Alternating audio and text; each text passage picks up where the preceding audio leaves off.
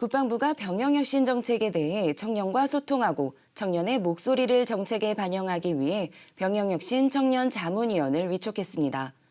이번 활동에 직접 참여하시는 분 모셨습니다. 김지은 국방부 병영혁신 청년 자문위원 나오셨습니다. 안녕하십니까? 안녕하세요. 네, 지난 14일 첫 회의를 했다고 들었습니다. 각오를 다지는 자리가 됐을 것 같은데요. 어떤 이야기가 오고 갔습니까? 우선 첫 회의인 만큼 민간군 협동이 권고한 이행 현황을 중심으로 어떤 정책들을 현재 추진하고 있는지에 대한 설명을 듣고 이를 바탕으로 청년 자문위원이 어떤 역할을 수행할 것인지에 대해서 논의하였습니다. 네.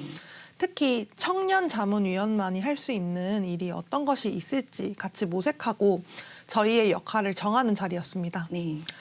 또 청년의 입장에서 이번 청년 자문위원단이 어떻게 운영되었으면 좋겠는지 국방부에 전달하는 자리이기도 했습니다. 네, 그럼 청년들이 특별히 관심을 가졌던 국방부 이슈가 있습니까? 가장 큰 것은 작년에 큰 논란을 만들었던 부실급식 문제와 군대 내 성폭력 사건 대응 등이 있을 것입니다. 네. 군대 내 인권 침해 문제는 청년들 입장에서 본인 혹은 본인들 지인에게 일어날 수 있는 일이기 때문에 더욱 많은 관심을 가지게 되는 것 같습니다. 네, 지금 군 인권 문제 해결을 위해 대학생 공동행동의 공동의장이기도 한데요. 특별히 이렇게 군 인권 문제에 관심을 가지게 된 계기가 있습니까? 저는 작년에 서울대학교 공과대학 학생회장을 맡았었는데 당시 훈련소 방역 지침, 인권 침해가 수면 위로 드러났습니다. 네.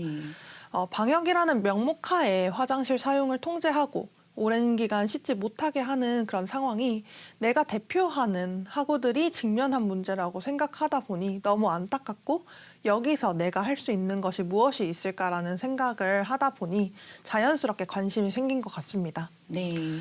이걸 계기로 군 인권 및 병영 환경 현황에 대해서 좀 찾아보게 되었고 이 문제는 단순히 군복무를 하고 있는 현역들만의 문제가 아닌 청년들 모두의 문제라는 인식을 가지게 되면서 더욱 관심을 기울이게 된 것 같습니다. 네, 그럼 이 단체에서는 그동안 어떤 일들을 해왔나요?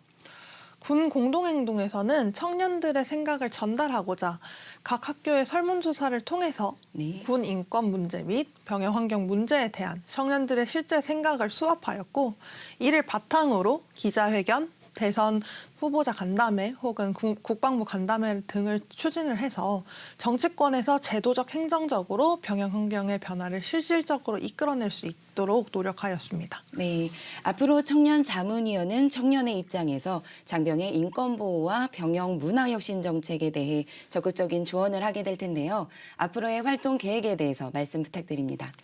청년 자문위원을 위촉한 가장 큰 이유는 국방부에서 병영 환경 개선에 있어서 청년들의 목소리를 가장 중요하게 생각하는 부분 때문이기도 하다고 생각합니다. 네.